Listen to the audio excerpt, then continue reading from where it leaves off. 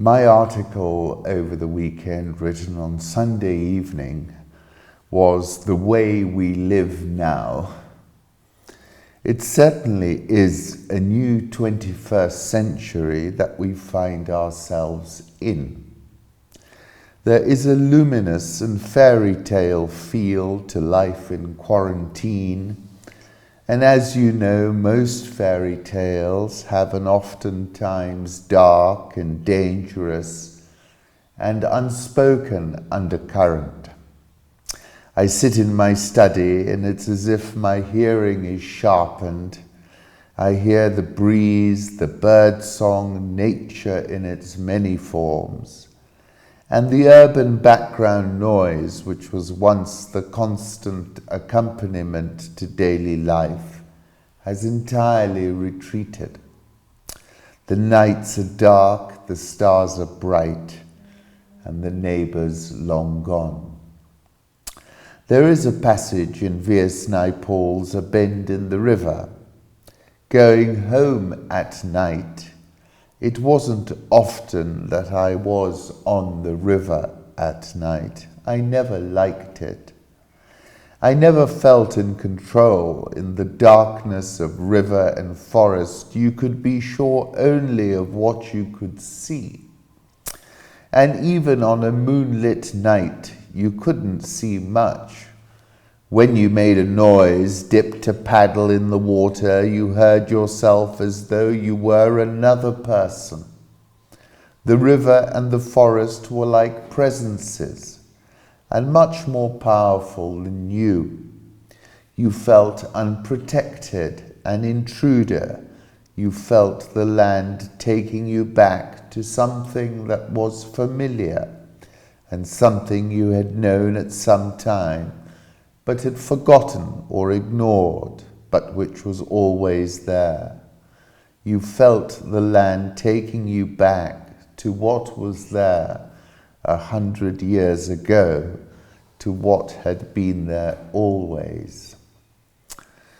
One feels one must tread more carefully now, with a lot of circumspection, that not just my purchase, but all of ours is a lot more precarious now, and that there is something karmic in the COVID-19.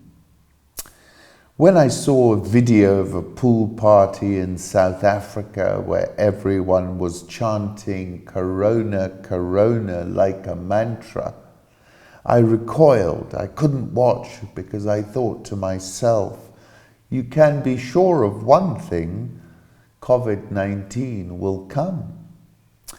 The COVID-19 is invisible, but it has already defeated the most expensive aircraft carriers. It lurks everywhere and in silence, and has put down Mecca, St. Peter's Square, the Vatican, Com, and everywhere else that we congregate and ask for succor.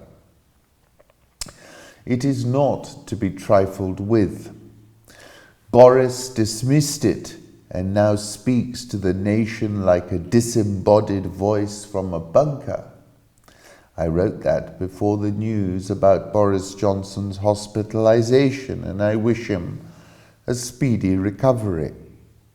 Trump too thinks it's another trade, and his luck, which took him all the way to the presidency, will hold out.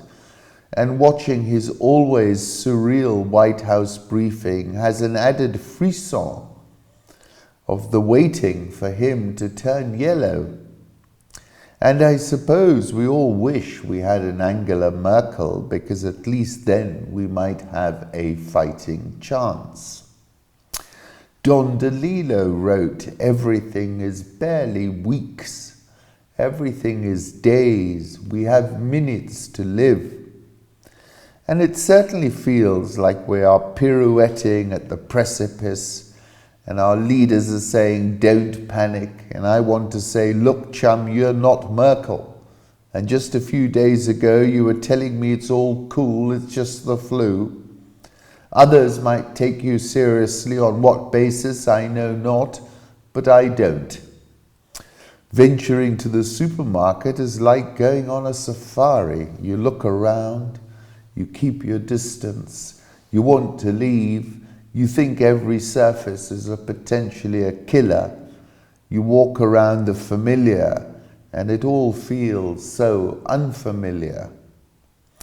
And what is clear is that we're all in our different but similar quarantined experiences at an inflection point, because COVID-19 has brought us all to an inevitable question.